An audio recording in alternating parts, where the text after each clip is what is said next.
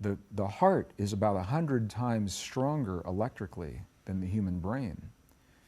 And the heart is about 5,000 times stronger magnetically than the human brain. So if we're going to create an electrical or a magnetic field that affects our reality, it probably can be done with thought, and that's why it's so much more difficult. It's much easier to feel the feeling with our hearts. So our brains create the image. We model, we simulate with our brain. What is it we like to see? What is it we like to experience? And once we have that locked into place, we can feel the feeling of gratitude and appreciation for what has already happened and give power to what it is that we're thinking. And this is a very powerful internal technology that apparently was lost to the West about 2 centuries ago. And the instructions now are just now being found in many of the texts that have been recovered in the last 100 years, the Dead Sea Scrolls, the Nag Hammadi Library, the Coptic libraries, the Tibetan libraries. Probably everyone watching this program is familiar with energy systems and the chakras of the human body. The energy discs that show up in many of the ancient drawings. In the Sanskrit traditions, which is the root of many of the things we're talking about today, what we find is a system of 7 chakras, 7 energy systems, 3 lower ones, the heart, and 3 upper centers here.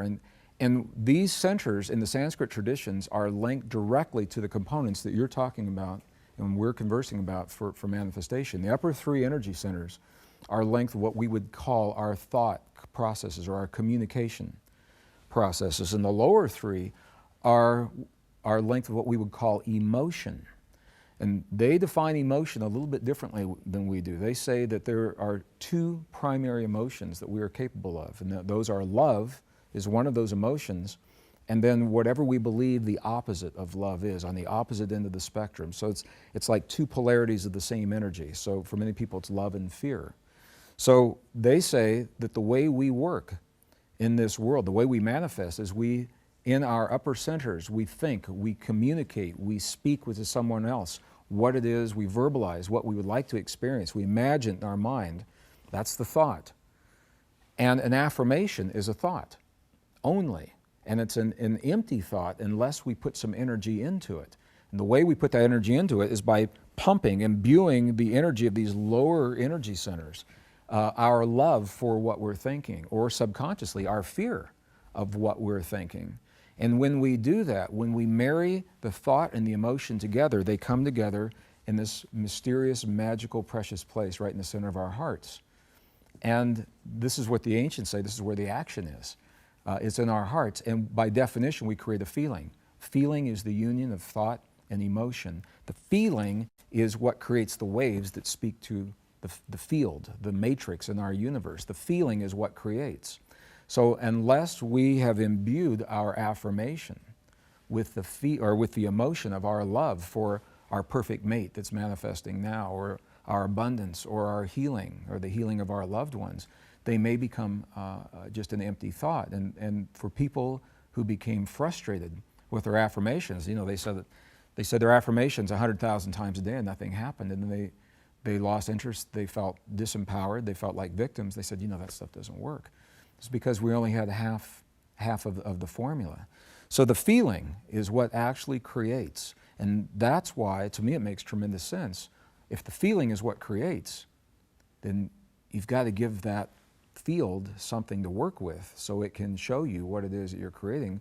Why not feel what it is that you'd like to experience so the field can give that back to you, rather than feeling the things that you don't have or you don't want, because that's the blueprint that the field gives back to you as well. It's a very subtle, it's this little subtle shift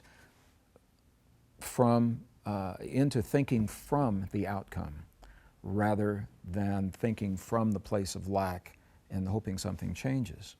So the feeling that we're creating is very closely associated with what we call belief. Belief and feeling both occur in the heart. When you have a belief about something, you've got usually really strong feelings about that belief. So you ask the question, is it important to believe? Yes, it is.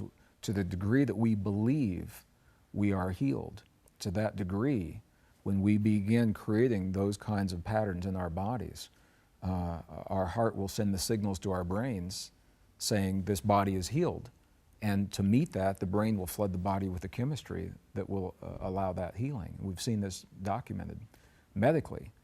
So that's inside of our bodies. The same principle now is being documented beyond our bodies. So the effect is not limited to our bodies. The field carries those effects beyond our bodies into our physical world, and in that way, we influence. Again, I'm not going to say the word control or manipulate. We're not imposing our will, but we do influence. We have the ability to influence the outcome of the events in our lives.